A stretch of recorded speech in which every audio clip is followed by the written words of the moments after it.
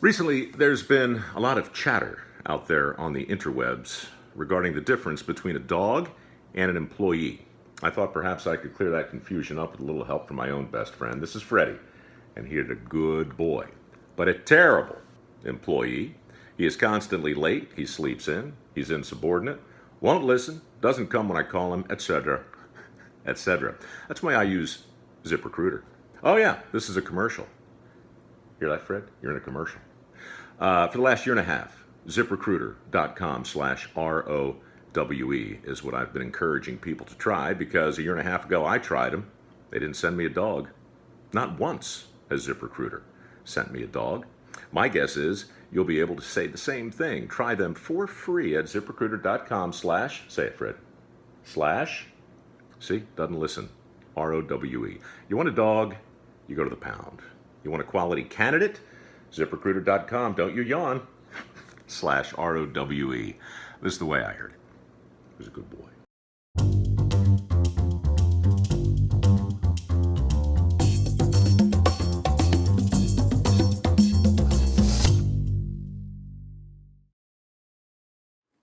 Al sat on the back of a horse that wasn't his, drew a pistol that wasn't loaded, and shot an Apache that wasn't an Indian. The stuntman screamed and fell unconvincingly to the ground, and the director yelled, "Cut! Back to one, everybody. Let's do it again."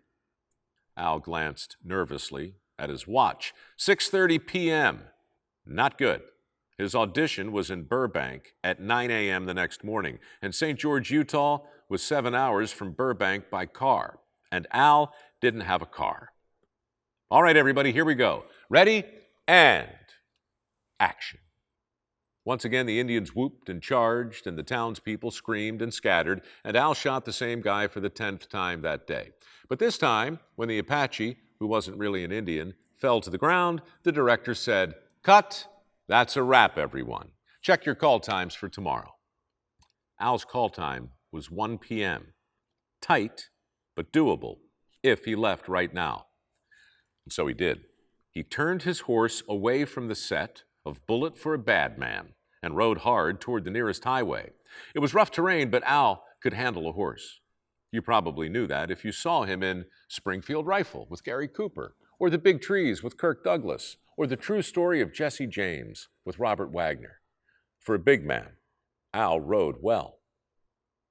5 miles later, as the sun was about to set, Al reached the highway. He dismounted, turned his horse back in the direction of the stables, and gave it a slap on the rump. One thing about horses, they always know where the stable is, especially around dinner time. And when this one left in a cloud of dust, Al knew there was no turning back. So he stuck out his thumb, and 2 hours later, an 18-wheeler finally pulled over. "Where are you headed, cowboy?" "Los Angeles." "I can take you as far as Vegas," said the driver. "I'll take it," said Al. Al jumped in the cab. The driver said he looked familiar. Al asked him if he liked the movies. "Sure," said the truck driver. "Who doesn't like the movies?" "Well," said Al, "did you see Dive Bomber with Errol Flynn?" "I don't think so." "Well, I was in that one." "Oh, yeah? What else you been in?" "Well, I was in Up Periscope with James Garner." "Didn't see it." "Time Out for Rhythm with Rudy Valley?" "Nope." "What about Rogue Cop with Rod Taylor?" "Sorry." "To the Shores of Tripoli with Harry Morgan?" "Negative." "The Sea Chase with John Wayne?" "Uh-uh." "The West Point Story with James Cagney?" That doesn't ring any bells. By the time they arrived in Vegas, it was firmly established that Al's driver was not up to speed with his passenger's resume. But Al didn't mind. With a wife at home and 4 kids to feed, Al didn't care about being recognized. He just wanted to work.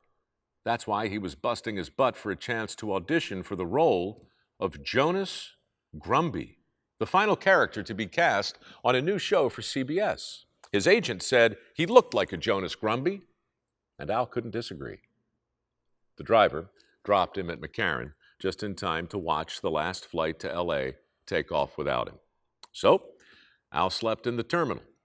The next morning, he boarded the first flight to Burbank, landed a half hour before his audition, and grabbed a cab to the studio.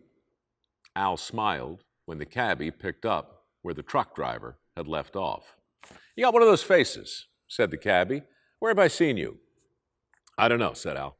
You like the movies? Sure, said the cabbie. Who doesn't like the movies? Ever see Monsieur Beaucaire with Bob Hope? Don't think so, said the cabbie. Well, I was in that one, said Al. Oh, yeah? What else you been in? Al sighed. Hometown Story with Marilyn Monroe? Didn't see it. How about Battle Hymn with Rock Hudson? Not yet. No Time for Love with Claudette Colbert and Fred McMurray? It's on my list. Young at Heart with Doris Day and Frank Sinatra? Al arrived at the audition with 2 minutes to spare. He didn't look like a man who had ridden a horse, hitched a ride, and slept in an airport just for a chance to audition for a role he probably wouldn't get. Nor did he look like a man who would be flying back to Utah in less than an hour to shoot some more Apaches who weren't really Indians in another movie that no one would ever remember. He looked like Jonas Grumby, the smiling, bumbling, exasperated character he had come to read for. Al glanced again at the lines he'd already memorized and walked into a room where a skinny kid with a funny hat was waiting in front of a camera. Al and the skinny kid shook hands and chatted briefly about the scene. Then somebody said, "Action." And that was that. Magic. No one would ever look at Al again and wonder where they'd seen his face. Thanks to that audition and 5 decades of subsequent syndication, Al's face would be forever seared into America's retina.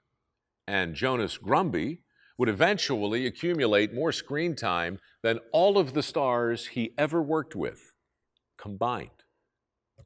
When he died in 1990, Al's ashes were sprinkled over the Pacific Ocean, a fitting send-off for the man who became synonymous not with the cowboys he so often portrayed or the Indians he so often shot, but with a man called Jonas Grumby, the character whose name was changed after the pilot episode to the one you know today, the ubiquitous title by which he was called every day for the rest of his life. Such was the fateful trip of Alan Hale, a great character actor who just happened to be an actor of great character. A man whose 12-hour odyssey from St. George, Utah to Los Angeles, California earned him a 3-hour tour to a deserted island that wasn't really deserted. An island where he was known as the skipper, even though his real boss was a skinny kid with a funny hat called Gilligan. Anyway, that's the way I heard it.